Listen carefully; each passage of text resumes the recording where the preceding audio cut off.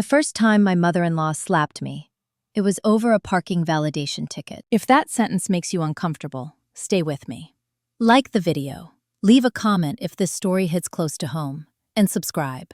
Because what started with a slap in a hotel lobby ended with something no one in that family saw coming. I didn't scream.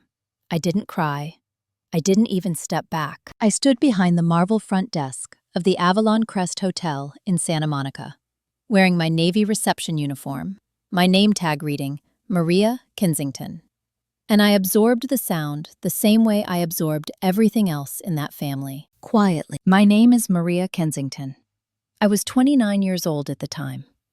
I worked as a front desk receptionist at a 4-star coastal hotel, handling check-ins, guest complaints, VIP arrivals, and emergencies with a calm voice that never shook. I earned $22 an hour, worked rotating shifts, and regularly covered nights because I was dependable. Dependable. That word followed me everywhere. The woman who slapped me was Eleanor Kensington, my husband's mother. She stood on the guest side of the desk, pearls tight around her neck, lips thin with disgust. "You validated the wrong ticket," she said. "Do you have any idea how embarrassing this is for our family?" The guest standing next to her stared at the floor. My manager, Paul Whitaker, was in the back office. He didn't see it. Or maybe he chose not to. "I'll correct it immediately," I said, my voice even. Eleanor leaned closer. Her breath smelled like mint and entitlement.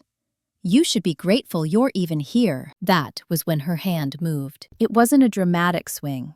It was sharp, controlled, a correction, a reminder of my place. I finished the shift. I always finished the shift. When I got home that night, my husband, Andrew Kensington, was sitting on the couch in the house his parents owned.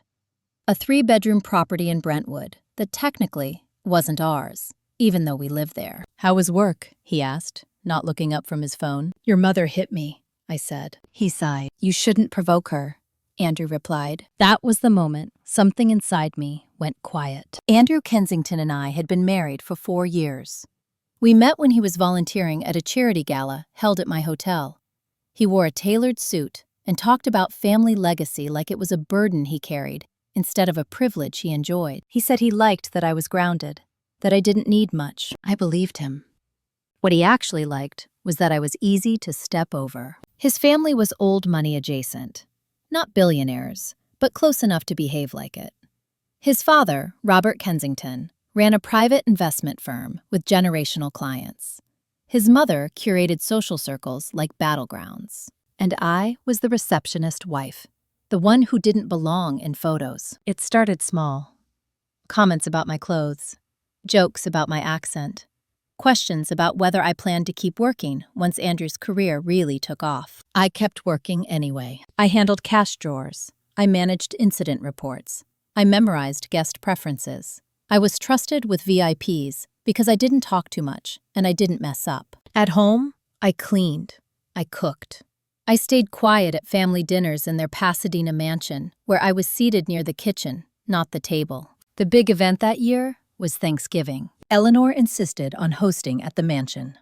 30 guests, crystal glasses, assigned seating. My name wasn't on the chart. "Oh," Eleanor said when I noticed, "you can help in the kitchen with Rosa." Rosa was the housekeeper. I smiled and nodded. That night, Andrew drank too much and blamed me for not fitting in. He grabbed my arm, hard enough to leave marks I covered with long sleeves the next day. "It's just stress," he said. "You make everything harder." The breaking point didn't come from violence. It came from paperwork. One morning, while checking in a guest named Jonathan Pierce, who happened to be a divorce attorney, I overheard him arguing on the phone about asset disclosure, about hiding income through family trusts. Something clicked. That night, I searched our shared files. Andrew wasn't careful. He never thought he needed to be. There were emails, transfers, a postnuptial agreement I had never signed. My name was nowhere near ownership of anything. Not the house, not the accounts, not even the car I drove. I realized I had been married into a cage with velvet bars. The next incident was public. At the hotel's annual holiday gala, Eleanor showed up unannounced.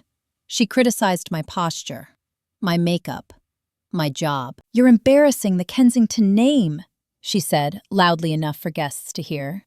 still standing behind a desk like hired help. People stared. Paul Whitaker pretended to be busy. Andrew said nothing. That night, I packed a bag. I didn't leave yet. I waited. Because what the Kensingtons never understood was this. I worked at a hotel. I saw people at their best and worst every day. I heard secrets whispered at check-in desks. I processed payments for affairs. I watched powerful people unravel quietly, and I learned something essential. Everything leaves a record. The slap, the silence, the control, the money. By the time Eleanor Kensington laughed at me during Christmas dinner and said, "At least she knows her place," I already knew mine had changed. I just hadn't told them yet. I went back to work the next morning, smiled at guests, and began planning my exit. Not loud, not fast, precise. And as I handed a room key to a woman who looked like she was running from something, I finally admitted the truth to myself. I wasn't trapped. I was gathering evidence. And this marriage was about to end in a way no one in that family had prepared for. The next morning, I woke up before Andrew. That alone felt new. The house was quiet, in the way expensive houses always are, insulated from reality.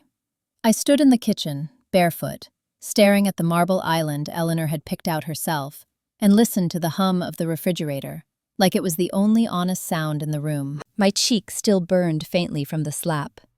Not pain. Memory. I didn't touch makeup. I didn't cover it. I left early for work. At the Avalon Crest Hotel, mornings moved at a predictable pace. Business travelers checking out, joggers asking for towels, couples arguing quietly over coffee. I slipped into the rhythm the way I always did. Control through routine. "Morning, Maria," said Denise Alvarez, the senior concierge, as she passed the desk. She had worked there 12 years and knew everything that mattered. "Morning," I replied. She paused, looking at my face. "You okay?" "I'm fine," I said. She didn't push. Denise never did. That was why people trusted her. By 10 a.m., I had already processed 2 guest complaints, upgraded a honeymoon suite, and de-escalated a man yelling about valet delays. My hands didn't shake. My voice didn't rise. Competence was my armor. Around noon, a woman approached the desk, holding back tears. Late 30s, designer bag she kept gripping like a lifeline. "I need a room," she said. "Just for the day." I nodded. "Of course." As I checked her in, she whispered, "My husband doesn't know I'm here." I met her eyes and said nothing, just handed her the key. That was the thing about hotels. People told you truths they never meant to. On my break, I sat in the staff room, scrolling through my phone. Not social media. Files. Andrew's email account was still synced to the shared tablet at home. He'd never changed the password. He never thought I'd look. There were messages between Andrew and his father, Robert Kensington. Discussions about tax shelters, trust distributions, references to keeping Maria off the paperwork. One line stood out. "She doesn't need to know. She won't fight." I felt something cold settle in my chest. They weren't careless. They were confident. That afternoon, Andrew texted me. "Dinner at my parents' tonight. Wear something appropriate. No question. No apology." I didn't reply. At home that evening, Eleanor Kensington was already seated at the dining table when we arrived.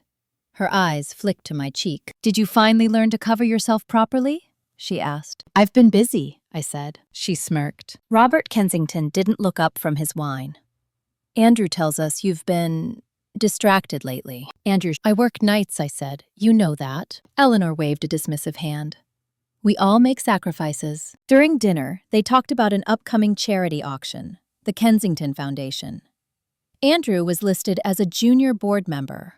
I was not listed at all. "You won't need to attend," Eleanor said casually. "It's not really your world." I watched. He didn't object. After dinner, Eleanor cornered me near the hallway. "You should remember where you came from," she said softly. "People like us don't marry down without reason." "What reason is that?" I asked. That night, Andrew was rougher than usual. Not violent, just entitled. Like my body was part of the house he didn't own, but controlled. I stared at the ceiling afterward and counted breaths. 1, 2, 3. I didn't cry. The next, not with a divorce lawyer, with a financial counselor. Her name was Sharon McKee. Her office was in Westwood. across from a dry cleaner and a dentist. Nothing dramatic. She asked, "Do you have access to your own accounts?" "No." "Do you know what assets your husband holds?" "Partially." "Do you have copies of documents?" "Some." She nodded slowly. "You're not stupid. You're just isolated." That word landed harder than slap ever had. Isolated. Over the next 2 weeks, I changed nothing outwardly. I went to work. I smiled at Eleanor. I cooked Andrew's favorite meals. I attended a Kensington birthday dinner where my name wasn't on the place card again. Internally, everything shifted. I opened a checking account in my name only, deposited part of each paycheck in cash. I photographed documents with my phone, email chains, trust summaries, property records. I started taking extra shifts at the hotel, volunteered for late nights, graveyards. More access, more privacy. One evening, Paul Whitaker called me into his office. "You've been doing excellent work," he said.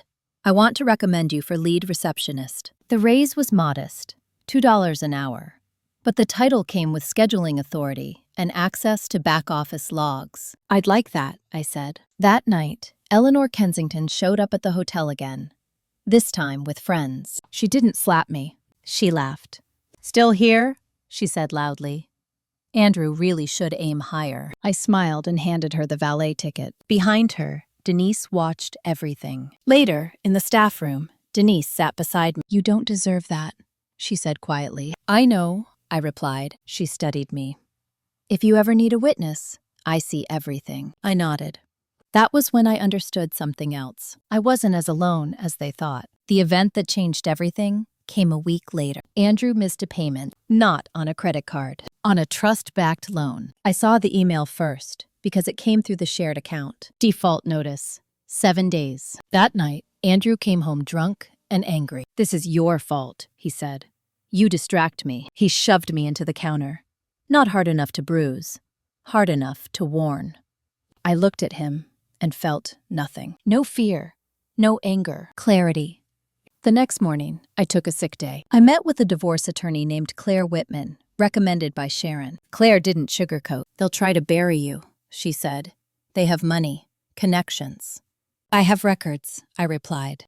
When I got home, Eleanor's car was in the driveway. She was waiting in the living room. "You're changing," she said. "Yes," I replied. I won't tolerate abuse," I said calmly. Her eyes narrowed. "You think you have leverage?" I thought of the files. The witnesses, the default notice. "Yes," she laughed. "You're a receptionist." I met her gaze. "And you've underestimated me." That night, I slept on the couch, with my bag already packed. Because the small things had stopped being small, and the house that once felt like a cage now felt like evidence. The only question left was timing, and I was done waiting. The morning I moved out, I left nothing behind that mattered. No clothes Eleanor had bought. No furniture Andrew considered his. I took my passport, my work shoes, my grandmother's ring, and the external drive I'd started calling my insurance. Andrew was still asleep when I closed the door. I didn't slam it. I never did. I checked into a motel 10 minutes from the Avalon Crest. Nothing fancy. Clean sheets, a door that locked from the inside. I paid cash for 3 nights and asked for no wake-up calls. Control through simplicity.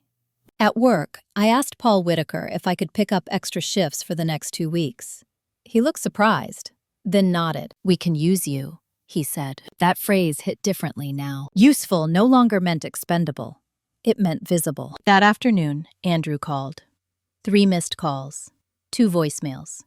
The first confused, the second irritated, the third sharp. "You don't get to disappear," he said. "You're embarrassing me." I didn't respond. Eleanor texted an hour later. "Come home. We need to discuss your behavior." I stared at the message until the words lost meaning, then turned the phone face down. That night, Denise Alvarez sat with me at the bar after shift. She didn't drink much. Neither did I. "You left him," she said, not asking. "Yes," she nodded. "Good." I didn't explain.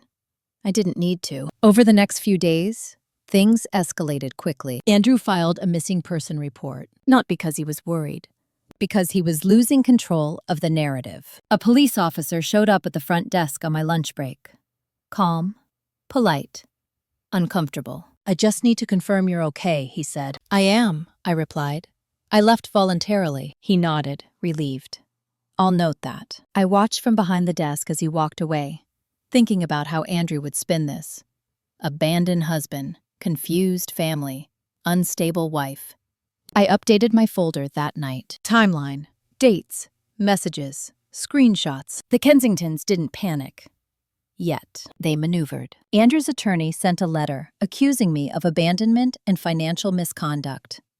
Eleanor called my mother in Arizona, who I hadn't spoken to in years, and told her I was having some kind of episode. My mother texted once. "Are you safe?" I replied. "Yes. I'm choosing myself." She didn't respond. On Friday, Eleanor came to the hotel again. This time, she waited. I was checking in a family when I felt her presence behind me, the way air tightens before a storm. "Maria," she said sweetly, "we should talk." Then I turned. "Not here," I said. She leaned in anyway. "You think you're clever. You think a few documents make you powerful?" "I think abuse leaves records," I replied evenly. Her smile vanished. "You will regret this," she hissed. I nodded. "Maybe." She laughed, loud enough to draw looks. "You're nothing without us." I watched because she was wrong. I had never been nothing. I had been unseen. That weekend, Claire Whitman called. "They're filing first," she said. "Fault-based, emotional abandonment. They're pushing for mediation under their terms." "Good," I said. She paused. "Good?" "Yes," I replied. "Let them show their hand." On Monday, I was promoted. Paul Whitaker announced it at the morning briefing. Lead receptionist. Full authority over shift schedules and incident logs. Eleanor's face wasn't there to see it. Andrew's wasn't either, but Denise's smile was. With the new role came access to archived security footage. Not just cameras, audio logs. I didn't search immediately. I waited. Because timing mattered. 2 nights later, while reviewing a routine complaint from a guest who had overheard an argument in the lobby weeks earlier, I recognized the voices. Eleanor Kensington, Andrew Kensington, and me. The slap, the laughter afterward. Clear as day. I sat very still. I didn't export the file. Not yet. The next escalation came from Robert Kensington. He called my phone directly. "Maria," he said, measured. "We can resolve this quietly." "No," I replied. "You'll walk away with nothing," he warned. "I already did," I said. "And I'm still standing." He sighed. "You're making this harder than it needs to be." "I'm making it accurate," I replied. That night, Andrew showed up at the motel. I watched from the window as he pounded on the door. "You don't get to do this," he shouted. "You're my wife." I didn't open the door. The manager called the police. Andrew left before they arrived. The next morning, my attorney filed for divorce in Los Angeles County. Grounds: abuse, financial coercion, concealment of assets. The Kensingtons responded with fury. Eleanor called my hotel manager, demanding I be fired. Paul Whitaker refused. "She's an employee in good standing," he said. Denise later told me Eleanor had threatened lawsuits. Paul had shrugged. "Then she can talk to legal." That was the first time someone chose me over them. The public humiliation came next. At a Kensington Foundation luncheon, Eleanor told donors I was unstable, that I had stolen money, that Andrew was heartbroken. Someone recorded it. That someone was a woman who had once checked in at my desk and remembered my face. She sent the recording anonymously to the foundation board. Within days, Eleanor was asked to step back from public appearances. The whispers started. I didn't listen. I worked. I documented. I waited. The next hearing was scheduled in 3 weeks. Andrew assumed I would fold, that I would accept a quiet settlement and disappear. He didn't know what I had collected. The footage, the financial trail, the witnesses, the default notice. He didn't know that hotels don't just record guests. They record power. And as I closed the front desk that night, turning off the lights one by one, I felt calm in a way I never had before, because the small humiliations were over. The open disrespect was done. What came next wouldn't be loud. It would be official. And once it was, there would be no going back. Not for me. And not for the Kensingtons. The first court date was scheduled for a Tuesday morning at the Stanley Mosque Courthouse downtown. I took the day off work. Paul Whitaker didn't ask questions. He just nodded and said, "You've got this." I wore a simple gray dress and flats. No jewelry except my grandmother's ring. I didn't want to look fragile or defiant. I wanted to look accurate. Andrew arrived with 2 lawyers. I arrived with 1. Claire Whitman shook my hand firmly when she saw me. "They're nervous," she said quietly. "That usually makes them sloppy." Across the hallway, Eleanor Kensington sat rigidly beside Andrew, her posture perfect, her expression carved from control. Robert Kensington stood behind them, hands folded, scanning the room like he owned it. When Eleanor saw me, she smiled, not warmly, confidently, as if this were still her house. Inside the courtroom, the air felt dry and sharp. Names were called, papers shuffled. People pretended not to listen to other people's lives falling apart. When our case was called, Andrew's attorney spoke first. He painted a picture of a devoted husband, abandoned without warning. A family humiliated by a wife who refused her role and sought attention. I watched Andrew while his lawyer spoke. He didn't look at me. That told me everything. Then Claire stood. She didn't raise her voice. She didn't dramatize. She didn't insult. She submitted exhibits, text messages, emails, financial statements, screenshots of trust documents with my name excluded, photos of bruises taken weeks apart, dates aligned, patterns formed. The judge, Honorable Karen L. Sutter, listened without interruption. When Claire played the audio clip, the room shifted. Eleanor's voice was unmistakable, sharp, dismissive, amused. The sound of skin against skin, followed by laughter. Andrew's shoulders stiffened. Eleanor whispered something to Robert. He didn't respond. Judge Sutter leaned forward slightly. "Is this recording authenticated?" she asked. "Yes, Your Honor," Claire replied. Pulled from the Avalon Crest Hotel's archive security system, time-stamped, verified by IT and management. Andrew's attorney stood. "Your Honor, this was obtained without consent." Judge Sutter looked at him calmly. "It was recorded in a public commercial space with posted notice." Silence. Then the judge looked at Andrew. "Mr. Kensington," she said, "do you deny that this incident occurred?" Andrew swallowed. "No," he said quietly. Eleanor stiffened. The hearing ended without a ruling. Temporary orders were issued. Andrew was ordered to cease contact. Financial disclosures were mandated. A forensic accountant was appointed. As we exited the courtroom, Eleanor finally lost control. "This is what you wanted," she hissed at me, "to humiliate us." "No," I replied. "I wanted the truth documented." Her eyes burned. "You're destroying this family." I met her gaze steadily. "You built it this way." Outside, the sun was blinding. Claire exhaled. "They didn't expect that footage." "No," I said. "They never do." The backlash was immediate. Andrew froze our joint credit card, even though my name wasn't legally attached to it. Eleanor contacted my employer again, this time accusing me of violating privacy laws. Paul forwarded the email to legal. Legal laughed. The Kensington Foundation quietly removed Eleanor's name from its website. At work, Denise Alvarez pulled me aside. "People are talking," she said. "Let them," I replied. "Not like that," she said. "They're saying you're brave." That word felt strange. I didn't feel brave. I felt awake. The next escalation came from Robert Kensington. He requested a private meeting. Claire advised against it. I went anyway. We met at a neutral office near Century City. Glass walls, neutral furniture, no history. Robert didn't offer coffee. "You've made your point," he said. "Now let's end this." "I'm not here to negotiate silence," I replied. "You'll never get more than what we offer," he said. "Andrew has resources. You have a job." "I have evidence," I said calmly. He leaned forward. "You're a receptionist." I smiled faintly. "I work where people forget they're being watched." That unsettled him. He shifted tactics. "We can give you a settlement," he said. "Enough to start over. Sign an NDA. Walk away." I thought about the motel room, the slap, the kitchen table without my name. "No," I said. Robert's jaw tightened. "You're making an enemy of us." "I already survived you," I replied. That night, Andrew violated the no-contact order. He sent flowers to the hotel with a note. "Come home. We can fix this." Paul had security escort them out. Denise photographed the card. Claire filed it as a violation. The next hearing was scheduled sooner. Eleanor began leaking stories to society blogs.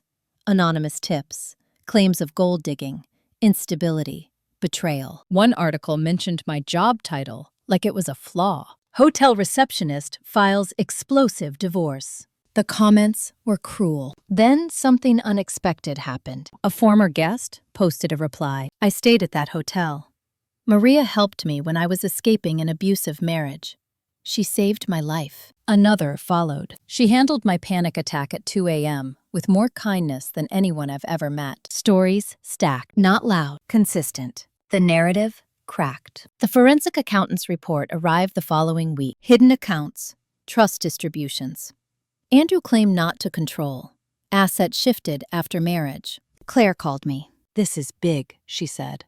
They're exposed. That night, Eleanor showed up at the hotel again. Not loud, not public. She waited until my shift ended. In the parking lot, under harsh white lights, she stood, blocking my car. You think you've won, she said. I think I've started, I replied. You will never belong anywhere, she spat. I looked at her and felt nothing. I already do, I said. Just not with you. She stepped back, stunned. I got in my car and drove away, because the truth was no longer something I carried alone. It was in court filings, reports, records. The next hearing would decide temporary asset control. Andrew believed money would save him. Eleanor believed status would protect her. They were wrong. What they hadn't accounted for was this. I worked the front desk of a hotel. I was trained to remain calm when people lost everything. And now, it was their turn to learn how that felt. The morning the forensic report was filed, Andrew finally looked afraid. I saw it in the way his shoulders tightened when his attorney whispered to him in the hallway. In the way Eleanor Kensington stopped speaking mid-sentence, lips pressed together as if holding back something sharp. Fear didn't look dramatic on them. It looked unfamiliar. The second hearing focused on temporary asset control. Boring on the surface, devastating underneath. Claire Whitman stood beside me, calm and prepared. She didn't speak about emotions. She spoke about numbers, dates, transfers, accounts that appeared and disappeared around the same time my paycheck started funding groceries for a house I didn't own. Andrew's attorney argued that the trusts were family property, that Andrew had no authority over them, that I was confusing proximity with entitlement. Judge Karen L. Sutter listened. Then she asked one question. Why were marital funds used to service obligations tied to assets Mrs. Kensington had no legal interest in? The room went still. Andrew opened his mouth, closed it. His attorney stepped in too late. We will be appointing a temporary financial restraining order, Judge Sutter said. All discretionary transfers will be frozen pending full review. Eleanor's hand tightened around her purse. Outside the courtroom, Andrew exploded. This is insane, he said, his voice shaking. You're ruining me. I didn't hide anything, I replied. You did. You knew how my family works, he snapped. You benefited. I looked at him calmly. I survived. Eleanor stepped forward, eyes flashing. You planned this. No, I said. I endured it. There's a difference. She laughed, but it sounded brittle. You think money makes you powerful now? No, I replied. Truth does. She recoiled like I'd struck her. At work that evening, things felt different. Not easier. Sharper. Guests recognized me. Some nodded with quiet respect. Others watched, like they were waiting for a crack. Paul Whitaker called me into his office after shift. You don't have to stay here through this, he said. We'll support whatever you need. I'm staying, I replied. He nodded. Good. HR will be documenting everything, just in case. Documentation. The word felt like protection now. That night, I moved out of the motel. I rented a studio apartment near Culver City. Small, bright, mine. I unpacked slowly, intentionally. Each item placed where I chose. Control returned in inches. The Kensington retaliation shifted tactics. Eleanor stopped attacking me directly. Instead, she attacked my work. She contacted hotel ownership, alleging reputational risk. Claimed I was bringing unwanted attention to the brand. Ownership asked for a meeting. I brought Claire. They asked if the publicity concerned me. No, I said, but defamation does. The meeting ended quickly. The next attempt came from Andrew's sister, Lillian Kensington. She called me late one night. I always thought you were smarter than this, she said. I am, I replied. You're embarrassing our parents, she continued. They're being humiliated in their circles. That's unfortunate, I said. You could stop it, she pressed. Just settle. No, I replied. She scoffed. You were lucky to marry into this family. The words landed and slid off. I was unlucky to stay, I said. She hung up. A week later, the foundation audit began. Quietly, the recording from the luncheon resurfaced. Combined with the forensic report, it raised questions the board could no longer ignore. Eleanor Kensington was asked to step down from advisory roles pending review. She didn't announce it. She disappeared. Andrew stopped showing up at family events. Robert Kensington canceled 2 charity appearances. Silence spread. At work, Denise Alvarez brought me coffee one morning. You see the news? She asked. I hadn't. She showed me her phone. A short article. No names, just whispers. Elite Family Foundation faces governance questions amid divorce proceedings. I handed the phone back. This isn't about me, I said. She smiled slightly. It is now. The next hearing approached fast. This one would determine spousal support and preliminary asset division. Andrew believed he could outspend me. Eleanor believed influence would sway the court. Neither understood something fundamental. I didn't need to win everything. I needed to be seen as credible. The night before the hearing, Andrew emailed me. Subject: Please, Maria, this has gone too far. Let's end this privately. I'll make it right. I didn't reply. Instead, I forwarded it to Claire. She replied with one word: Noted. In court the next day, Judge Sutter reviewed the violations. No contact order breached. Financial disclosures delayed. Misrepresentation documented. Temporary spousal support was granted. Not generous, just fair. Andrew's face drained of color. Outside, Eleanor finally broke. This isn't over, she said, her voice cracking. We will make sure you regret this. I looked at her, really looked at her, and realized something. She had no power left, except memory. I already lived through you, I said. That was the worst part. I walked past her without another word. That evening, I sat alone in my new apartment, lights off, city humming outside. For the first time, I didn't feel like I was bracing for impact. I felt like something had shifted, permanently. The system had noticed. The court had noticed. People who mattered had noticed. Andrew still believed this was a negotiation. Eleanor still believed this was a battle of will. They didn't understand yet. This wasn't a fight. It was a reckoning, moving at the speed of law. And law doesn't rush. It documents. It waits. And then it decides. The next phase would involve witnesses, former employees, former friends, people who had stayed quiet for years. I knew because one of them had already reached out. A message sat unread on my phone as I turned off the lights. We need to talk. I know things about the Kensingtons. I didn't open it yet, because once I did, there would be no returning to smaller truth. And I was ready for the larger ones. I read the message the next morning while standing in my kitchen, coffee cooling untouched on the counter. We need to talk. I know things about the Kensingtons. The sender was a name I recognized immediately. Thomas Bell. He used to work for Robert Kensington.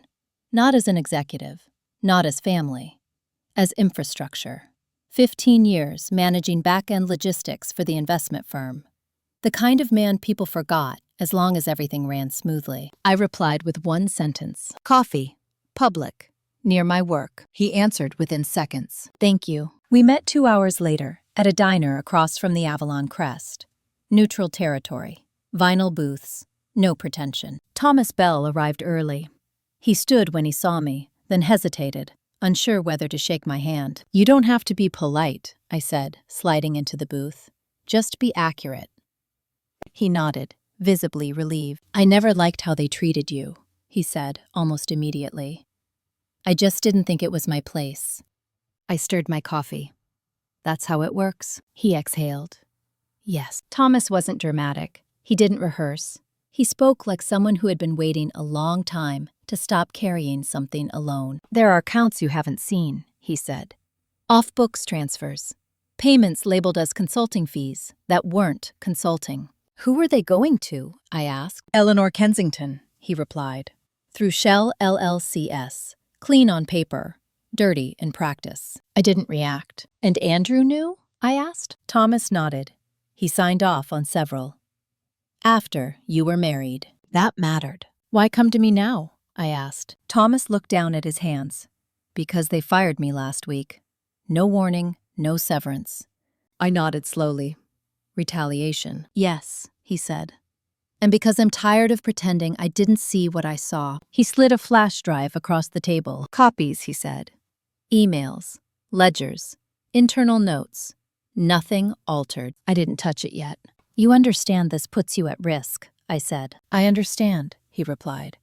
I also understand what silence costs. I took the drive. At work, Denise watched me walk back in, face unreadable. You okay? She asked quietly. Yes, I said. Just busy. That afternoon, Claire Whitman reviewed the contents. She didn't smile. She didn't frown. She went very still. This changes the posture of the entire case, she said finally. Good, I replied. It also escalates, she added. They'll know this came from inside. They already suspect, I said. That's why Thomas was fired. Claire nodded. We need to move carefully. That evening, I received 3 calls from unknown numbers. I answered none. At 9:47 p.m., Eleanor Kensington left a voicemail. Her voice was calm. Too calm. I hear you've been talking to people who don't understand loyalty, she said. That's dangerous. I saved the message. The next morning, Claire filed a motion to expand discovery. Grounds: newly surfaced evidence of concealed marital assets and coordinated financial coercion. The court granted it within 48 hours. Andrew's attorneys objected publicly. Privately, they panicked. The next hearing was rescheduled. Sooner. At work, ownership called another meeting. This time, they didn't ask if I was okay. They asked if I needed anything. That difference mattered. Paul Whitaker sat beside me, arms crossed, unflinching. If anyone contacts her here, he said, it goes through legal. No one argued. That weekend, something strange happened. The silence broke. Not from the Kensingtons. From people I had never expected. A woman named Claire Donnelly emailed me. She had once been a personal assistant to Eleanor Kensington. She wrote 3 lines. I saw what she did to you. I left because of it. If you need me, I'll testify. I forwarded the email to my attorney. Another followed. A former foundation accountant. A housekeeper. A junior associate Andrew once blamed for a mistake that wasn't his. The pattern was clear. Once one person spoke, others followed. Not loudly, sequentially. At the next hearing, Andrew's posture had changed. He didn't look angry anymore. He looked cornered. Judge Karen L. Sutter listened as Claire outlined the expanded scope. Shell entities. Coordinated concealment. Marital funds redirected under false pretenses. When Eleanor's attorney tried to interrupt, the judge raised a hand. We will hear all relevant testimony, she said. This court does not reward intimidation. Eleanor didn't look at me once. Andrew did. His eyes were glassy, unfocused. After the hearing, Robert Kensington approached me in the hallway. End this, he said quietly. There are ways to make this go away. I met his gaze. There are also ways to make it permanent. His jaw tightened. You're not as powerless as we thought. No, I replied. I never was. That night, my apartment felt smaller. Not unsafe. Just charged. I double-checked the locks, reviewed my notes, prepared a list of witnesses with Claire. This wasn't fear. It was readiness. At 2:14 a.m., my phone buzzed. A message from Andrew. You're going to destroy everyone. I stared at it for a long moment. Then I replied, I'm telling the truth. His response came seconds later. You think that makes you righteous? I didn't answer. Righteousness had nothing to do with it. This wasn't about punishment. It was about exit. Clean. Final. Irreversible. The following week, the media noticed. Not sensationally. Cautiously. Divorce case exposes questions about elite family finances. Andrew's name appeared less frequently. Eleanor's appeared not at all, which told me everything.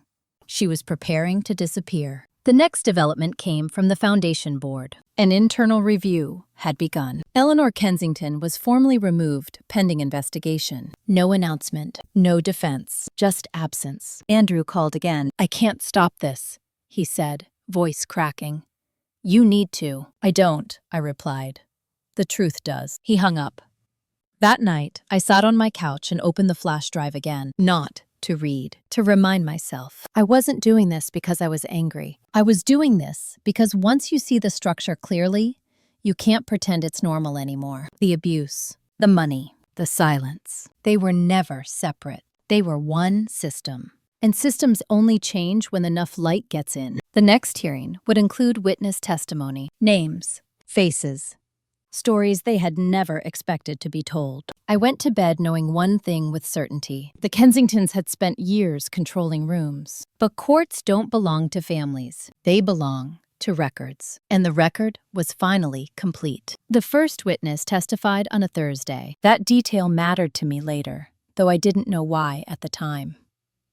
Thursdays had always been my longest shifts at the hotel. Corporate check-ins, late arrivals, people tired and impatient, demanding calm from strangers. I had learned to manage tension without absorbing it. That skill followed me into court. Claire Whitman called the first witness after lunch, when the room had settled into that dull rhythm judges rely on. People expect nothing dramatic after noon. They're usually wrong. Thomas Bell took the stand quietly.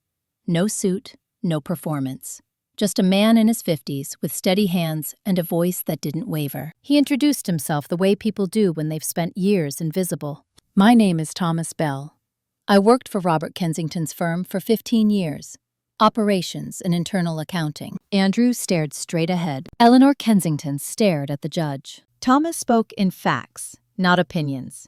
He explained how funds moved between entities, how Eleanor's shell LLCs were structured, how Andrew had authorized transfers using marital funds while claiming he had no authority. When Eleanor's attorney tried to discredit him as a disgruntled former employee, Thomas didn't react. I was fired without cause after raising concerns, he said simply. That doesn't change the records. The judge nodded and asked him to continue. I didn't look at Eleanor. I watched Andrew. For the first time since I'd known him, his mask slipped. His jaw tightened. His foot bounced under the table. Control was leaving him. The second witness was unexpected. Claire Donnelly walked in wearing a navy blazer and flat shoes. She looked like someone who had learned to dress for function, not approval. My name is Claire Donnelly, she said. I was Eleanor Kensington's personal assistant for 6 years. Eleanor turned sharply. Claire Donnelly didn't flinch. She described routine tasks, scheduling, payments, public appearances. Then she described something else. The way Mrs. Kensington treated people depended on whether they could be used, she said calmly. That included Maria. She didn't call me a victim. She called me a target. Claire described the slap at the hotel. Not emotionally, observationally. Where Eleanor stood, what she said afterward, how she laughed and told Claire to make sure the incident wasn't recorded. Eleanor's attorney objected. Judge Sutter overruled. Then Claire Donnelly said something that shifted the room. She asked me to find out whether the hotel cameras had audio. That landed. Eleanor looked at Andrew. Andrew looked at the table. I didn't react. The housekeeper testified next. Rosa Martinez, soft-spoken, precise. She described overhearing arguments, being told to clean around bruises, being instructed not to speak to me directly. They said she wasn't family, Rosa said. Just temporary. Temporary. That word echoed in my head. Andrew's attorney attempted to reframe, claimed misunderstandings, cultural differences, stress. Judge Sutter listened, then asked one question. Did anyone ever ask Mrs. Kensington what she wanted? No one answered. Court adjourned early that day. Outside, reporters waited. Not many. Enough. Cameras clicked when Andrew exited. Eleanor avoided them entirely, leaving through a side door. I walked out with Claire Whitman and kept my head level. At work that evening, Denise Alvarez hugged me without asking. You okay? She whispered. Yes, I said. And for the first time, it was true. The retaliation came swiftly. Andrew filed a motion accusing me of orchestrating false testimony. Claire responded with timestamps, employment records, and sworn statements. The motion was denied. Eleanor's name began disappearing from boards, committees, social listings, quiet removals, no explanations. Power doesn't fall loudly when it's embarrassed. It withdraws. One night, Andrew showed up at my apartment again, not angry, desperate. I don't recognize you, he said when I opened the door, but stayed inside. You never did, I replied. You're tearing apart my family, he said. I looked at him carefully. No, I said. Your family did that. I just stopped holding the pieces together. He stared at me, searching for something. I loved you, he said. I nodded. I know you believe that. He left without another word. The next hearing focused on custody of narrative, not money. Andrew's attorneys tried to paint me as manipulative, strategic, calculating. Claire let them. Then she introduced my employment records, years of performance reviews, incident de-escalation reports, commendations from guests, promotions. She is consistent, Claire said.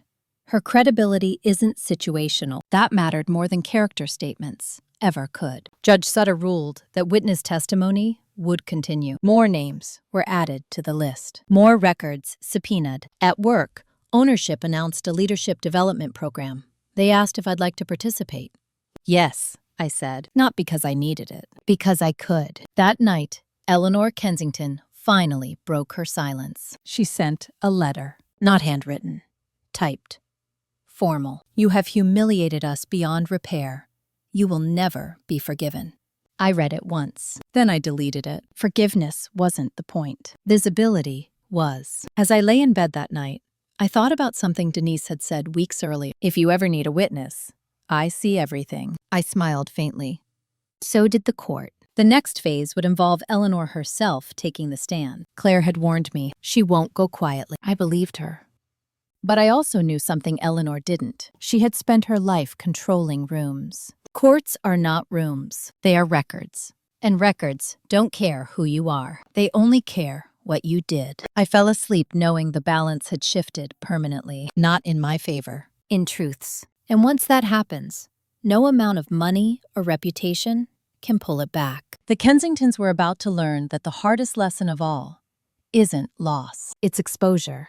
And it was finally their turn. Eleanor Kensington took the stand on a Monday. She arrived dressed for authority. Tailored jacket, perfect posture. Hair pulled back tight enough to suggest discipline rather than vanity.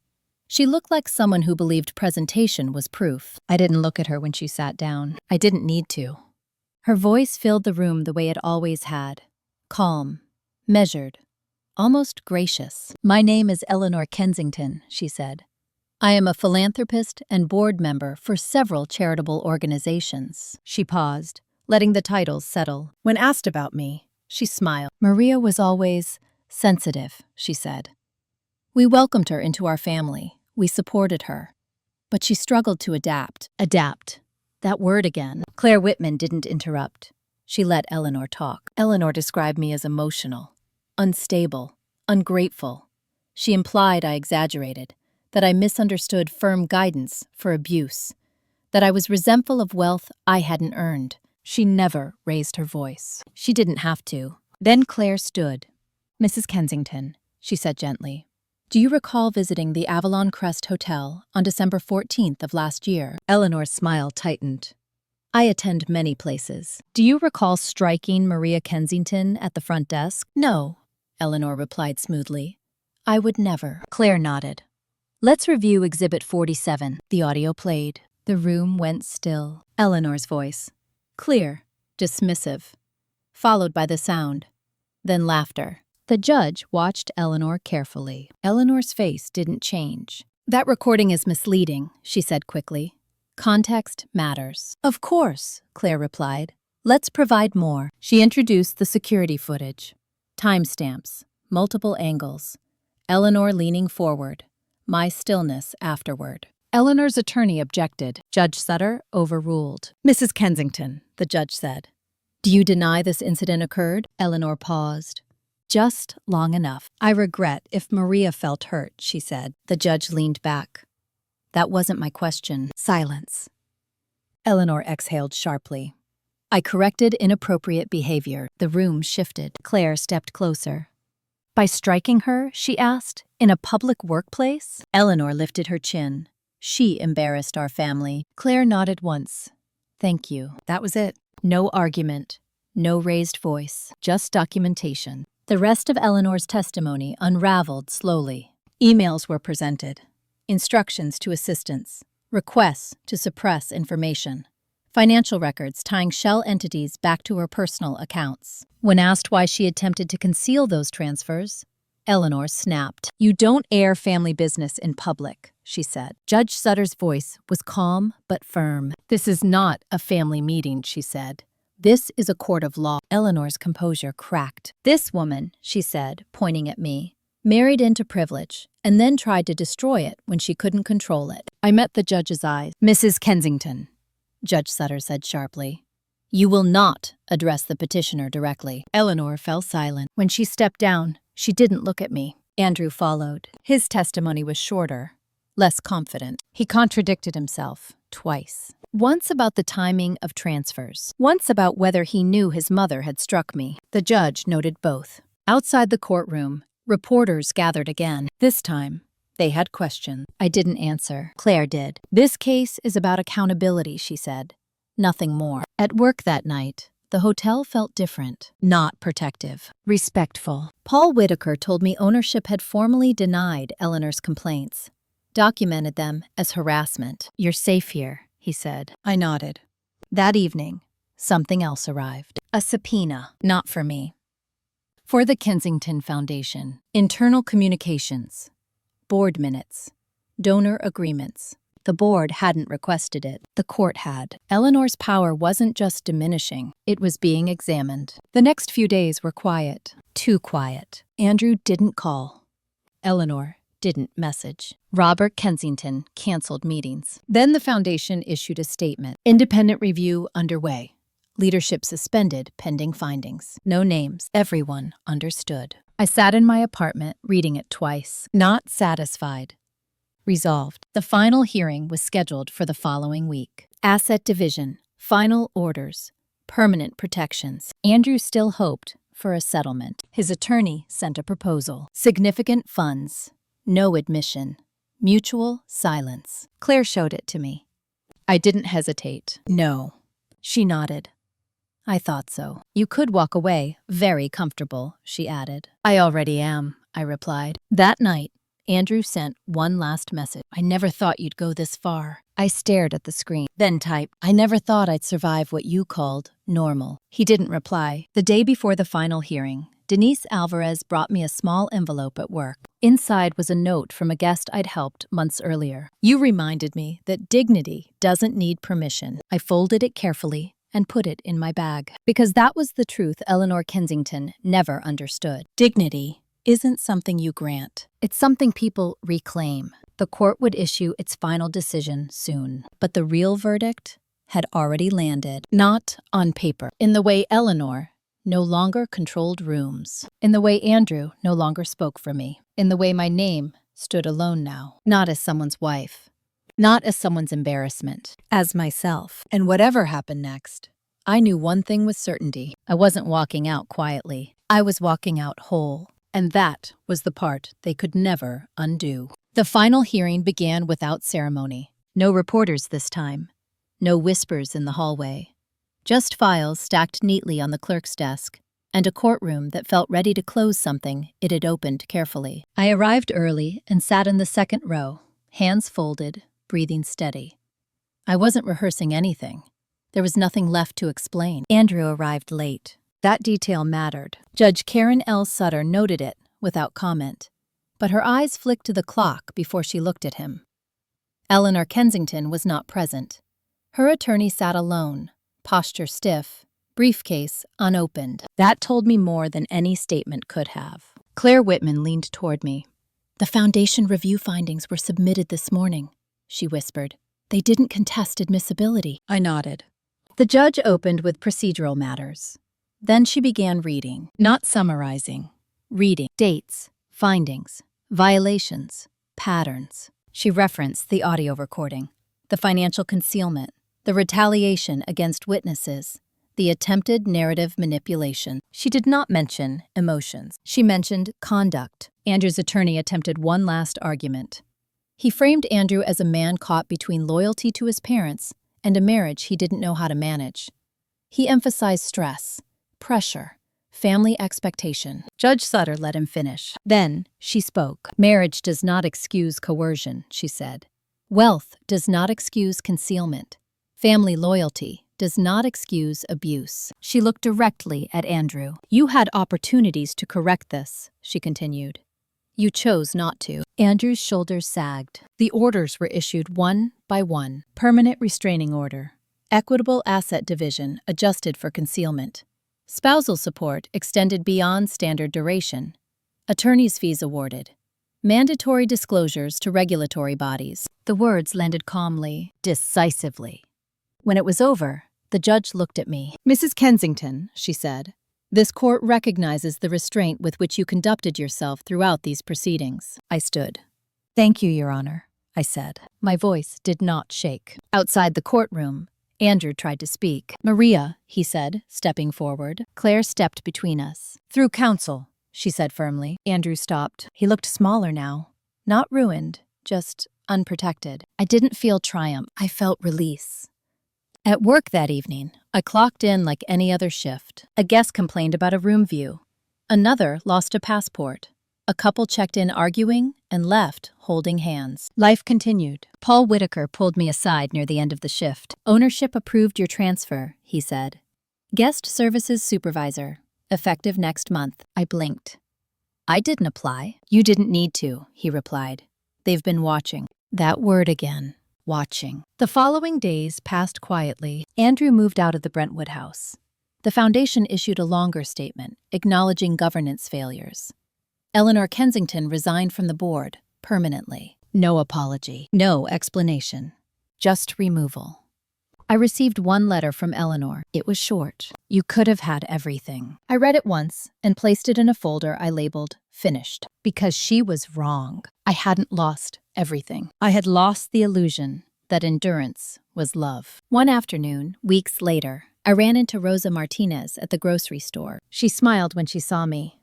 You look lighter, she said. I am, I replied. She hesitated. They fired me after I testified. I know, I said. Claire is helping you. Rosa's eyes widened. Really? Yes, I said. You're not alone. She hugged me tightly, and for the first time, I didn't stiffen when someone touched me unexpectedly. That mattered. The last loose end came in the form of a check. Not from Andrew. From the Kensington Foundation. Restitution. Quiet. Court ordered. I deposited it and didn't think about it again. Money no longer felt like permission. It felt like compensation. One evening, Denise Alvarez and I sat on the steps behind the hotel after shift. You ever miss him? She asked. I thought about it. No, I said. His family? I shook my head. I miss who I thought I was allowed to be with them. She nodded.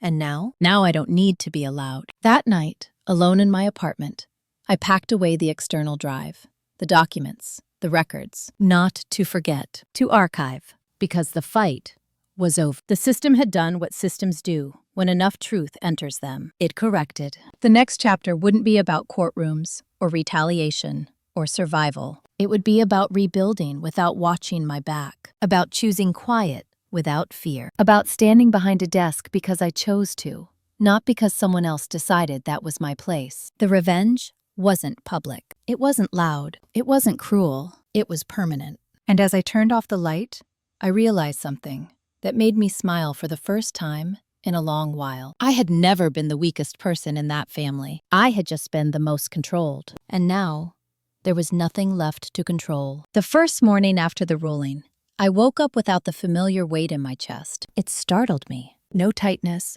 no instinct to brace, no mental checklist of how to avoid setting someone off before I even stood up. Just quiet. I lay there for a few minutes, staring at the ceiling of my studio apartment, listening to the muted sounds of traffic outside, and realized something fundamental had shifted. The danger phase was over. That didn't mean everything was easy. It meant everything was mine. I went back to work 2 days later, not because I had to, but because I wanted to. The Avalon Crest lobby looked the same. Marble floors, soft music, guests rolling suitcases across rugs that never quite absorbed the sound. But my place in it had changed. People looked at me differently now. Not with pity, not with curiosity, with recognition. Paul Whitaker introduced me formally as guest services supervisor during the morning briefing. No applause, just nods. Acceptance. Responsibility without ceremony. That afternoon, I handled a situation that would have terrified me a year earlier. A high-profile guest screaming about privacy violations, threatening lawyers, demanding names. I listened. I apologized without apologizing for things that weren't my fault. I set boundaries clearly. I documented everything. When it was over, Denise Alvarez leaned over the desk. "You didn't flinch," she said. "I don't have to anymore," I replied. The Kensingtons faded quickly. Andrew's name stopped appearing in my inbox. His attorney sent a final compliance notice confirming asset transfers. No note, no commentary. Eleanor Kensington vanished from public life entirely. Her social media accounts went dark. Her name was quietly removed from charity newsletters and donor lists. People like her don't apologize. They disappear and hope time rewrites the story. I didn't follow. I didn't need to. One evening, my phone rang with a number I didn't recognize. It was my mother, not Eleanor. My own mother. Isabel Reyes. We hadn't spoken in years. Distance and silence had been easier than explaining how I'd built a life that didn't match her expectations. "I heard what happened," she said cautiously. "Yes," I replied. A pause. "Are you okay?" "I am," I said. "Truly." Another pause. Longer this time. "I should have asked sooner," she said quietly. "Yes," I replied again. We didn't resolve anything that night. We didn't need to. It was enough that the call ended without guilt. Progress doesn't always come with closure. Sometimes it just comes with honesty. The next unexpected development came from work. Ownership asked me to assist with training new hires. Not customer service scripts, conflict management, de-escalation, documentation. "Your instincts are solid," they said, "and your judgment is trusted." Trusted. That word meant more to me than praise ever had. At home, I changed my routines slowly. I bought plants, rearranged furniture, cooked meals I liked instead of meals meant to avoid comments. I slept through the night. No nightmares, no jolts awake. Healing didn't feel dramatic. It felt boring, and I loved that. A month later, I ran into Andrew unexpectedly. It happened at a grocery store near Brentwood. I was reaching for a bag of rice when I heard my name. "Maria," I turned. He looked thinner, less polished, still familiar in a way that no longer held power. "I didn't expect to see you," he said. "I live here," I replied. He nodded, awkward. "You look... well." "I am," I said. He hesitated. "I lost the house." I waited. "I'm staying with a friend," he added. "I'm sorry," I said, meaning only that I was sorry this conversation existed. He searched my face. "Do you hate me?" I considered the question carefully. "No," I said. "I don't feel anything toward you." That hurt him more than anger would have. "I hope you're happy," he said quietly. "I hope you learn," I replied. We parted without a scene. I walked home with my groceries and realized my hands weren't shaking. That was new. Weeks later, the final paperwork arrived, confirming the dissolution of the Kensington Trust entities under investigation. Regulatory fines were issued. Quiet, procedural. Accountability rarely makes headlines, but it changes lives. Rosa Martinez found a new job through a referral Claire Whitman arranged. She sent me a photo of herself in a new uniform, smiling shyly. "Thank you," she wrote. I replied with one word: always. One night, sitting alone on my couch, I thought about the word revenge. People imagine it as something sharp, violent, loud. They imagine confrontation, humiliation, destruction. What they don't imagine is this: a life where no one gets to touch you without permission. A life where silence isn't demanded. A life where your work is respected, your boundaries are unquestioned, and your name stands alone. That was my revenge. Not because it hurt them, but because it freed me. And as I prepared for bed, I knew there was only one chapter left. Not about the Kensingtons, about what comes after survival, and how you build something real once you're finally standing on your own ground. After the noise fades, there's a strange temptation to explain yourself. I felt it in small moments. When colleagues asked how I was really doing. When acquaintances mentioned they had followed the case quietly. When my mother texted again, asking if we could start fresh. Explanation is another form of labor. I stopped doing it. At work, my days filled quickly. training sessions in the mornings, guest escalations in the afternoons, paperwork in the quiet hours between shifts. I liked the structure. I liked that problems arrived with clear parameters and left once addressed. Nothing followed me home anymore. One afternoon, Denise Alvarez joined me in the office after a long shift. She closed the door gently behind her. "You know they're talking about you for the regional program," she said. "What program?" I asked. She smiled. "Corporate guest experience. It's a step up. Travel, training, authority. Authority without permission." I nodded slowly. "I'll think about it." She studied me. "You're allowed to want more." "I know," I said. And for the first time, I believed it. The past resurfaced unexpectedly a week later. Not through Andrew or Eleanor, but through paperwork. Claire Whitman called me mid-morning. "One more thing," she said. "We're almost finished closing everything. But there's a clause Andrew's attorney flagged." "What kind of clause?" I asked. "A non-disparagement provision tied to a supplemental payment."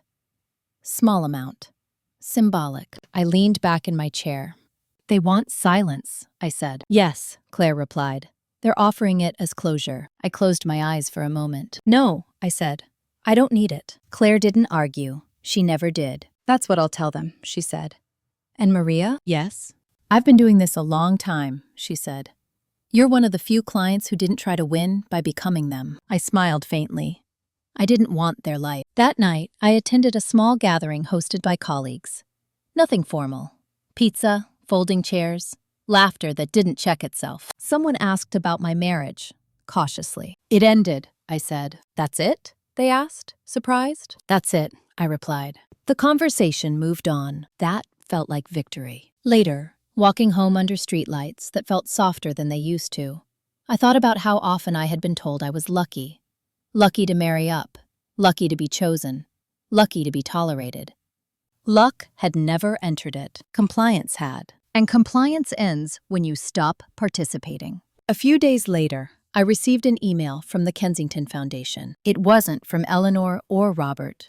It was from a compliance officer I'd never met. Restitution acknowledgement. Final notice. They thanked me for my cooperation. I deleted it without ceremony. The chapter was closed. The only remaining conversation I hadn't had was with myself. So I took a day off. I drove north along the coast, windows down, no destination in mind. I stopped when the view felt right. Sat on a bench, watched waves hit rocks without asking permission to exist. I thought about the girl I had been when I met Andrew. Careful, quiet, willing to fold herself into someone else's structure if it meant belonging. I didn't hate her. I understood her. Survival teaches you to mistake endurance for virtue, but survival is only the beginning. That night, my mother called again. I answered. "I don't want to pressure you," Isabel Reyes said. "I just want to know you." I considered that. "We can talk," I said. But slowly, she agreed. Boundaries spoken aloud still felt new, still felt powerful. Back at work, I accepted the regional program offer. Not because I needed validation, because I wanted challenge. Paperwork moved, timelines formed. The future stopped feeling like a threat. One afternoon, a young receptionist in training asked me a question that stayed with me. "How do you stay calm when people try to intimidate you?" she asked. I thought for a moment. "I don't confuse volume with authority," I said. "And I don't confuse fear with respect." She nodded, absorbing it. That was when I realized something unexpected. My story wasn't just over. It was useful. Not as a warning, not as drama, as a map. That evening, alone in my apartment, I opened a notebook I'd bought months ago and never used. I wrote one sentence. "I choose myself, even when it costs me people who benefit from my silence." I closed the notebook and placed it in a drawer. Not hidden, stored. Because the truth is this: revenge isn't the moment someone else falls. It's the moment you stop measuring your life by their reaction. The Kensingtons lost power because it depended on compliance. I gained peace because it didn't. There was only one chapter left now, not about the past, about how you live when no one is watching to see if you'll shrink. And I was ready to write that one without looking back. The last chapter doesn't arrive with noise. It arrives on a normal morning, When you realize nothing is chasing you anymore. I woke up early, out of habit, not anxiety. Sunlight slipped through the blinds of my apartment, landing on the wall where I had hung nothing, on purpose. Empty space felt honest. It didn't demand anything from me. I made coffee and drank it slowly. No phone, no headlines, no checking messages to see if someone else was upset and needed managing. That was new. Work began at 9. I walked into the Avalon Crest with the quiet confidence of someone who knows exactly why she's there. Not to prove anything, not to endure, to do the job well and go home intact. Denise Alvarez met me by the elevators. "Ready?" she asked. "For what?"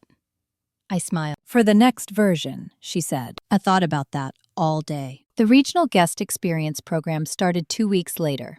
Travel, training, authority that came with responsibility, not intimidation.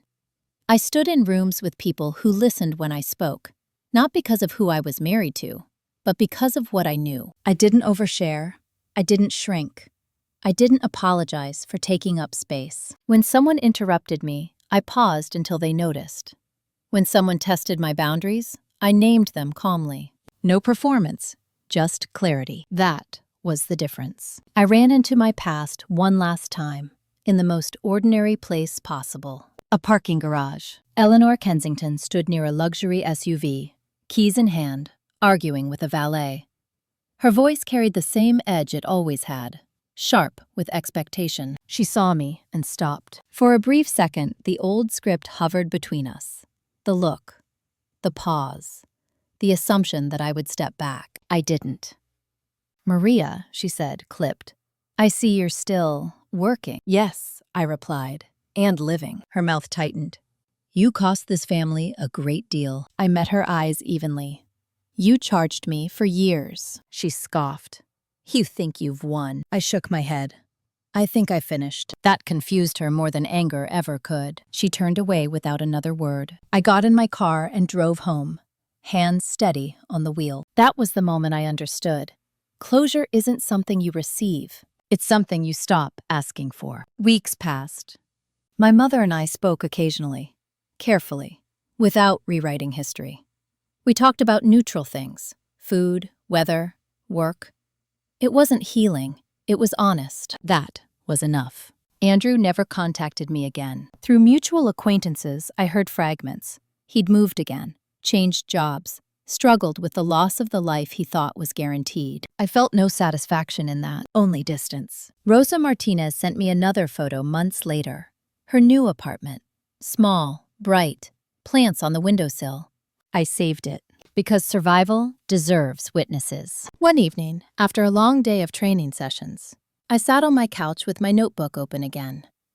I reread the sentence I'd written months earlier. I choose myself, even when it costs me people who benefit from my silence. I added another line beneath it. Especially then. Revenge is a misleading word. What I did wasn't about punishment. It wasn't about humiliation.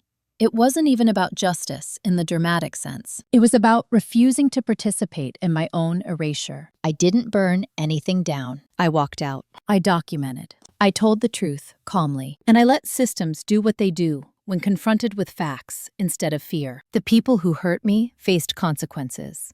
Not because I chased them, but because I stopped protecting them. That's the part no one warns you about. Silence is labor. And once you stop doing it, everything changes. If you're listening to this and you recognize yourself in it, if you've been the quiet one, the adaptable one, the one expected to absorb damage so others can stay comfortable, know this: you're not weak, you're trained, and training can be undone. If this story resonated with you, like the video.